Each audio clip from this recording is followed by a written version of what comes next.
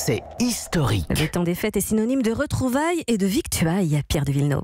Bonjour Fabrice Dalméda. Bonjour à tous. Alors aujourd'hui, on va s'intéresser à une expression qui revient très souvent pendant les fêtes, c'est la trêve des confiseurs. Ça veut dire quoi ? Pour bien la comprendre, il faut revenir au tout début de la Troisième République. La France avait traversé la défaite de 70, l'occupation allemande et la Commune de Paris. À la Chambre, les monarchistes espéraient encore le retour d'un roi et étaient parvenus à faire élire pour président en 1873 le maréchal de Mac-Mahon, précisément un des leurs. Ils espéraient gagner du temps pour obtenir la restauration avec le soutien éventuel des bonapartistes. Mais à la faveur des élections partielles, les républicains regagnent du terrain.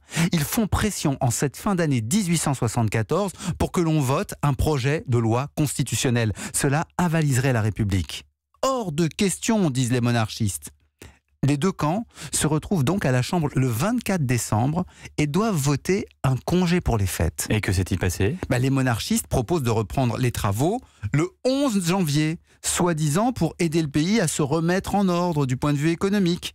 Les républicains contre-attaquent. Non, mieux vaut reprendre les travaux dès le 28 décembre. Plus vite, on pourra mieux faire nos lois constitutionnelles.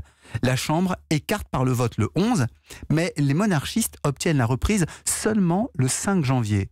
La presse a suivi ces débats.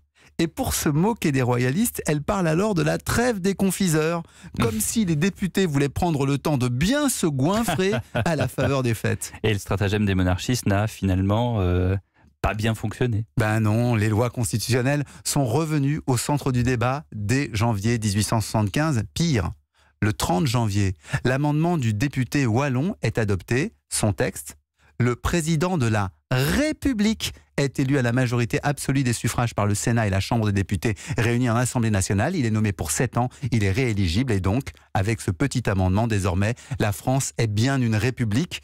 Le gouvernement provisoire est fini. Les confiseries ont sans doute adouci l'amertume des monarchistes.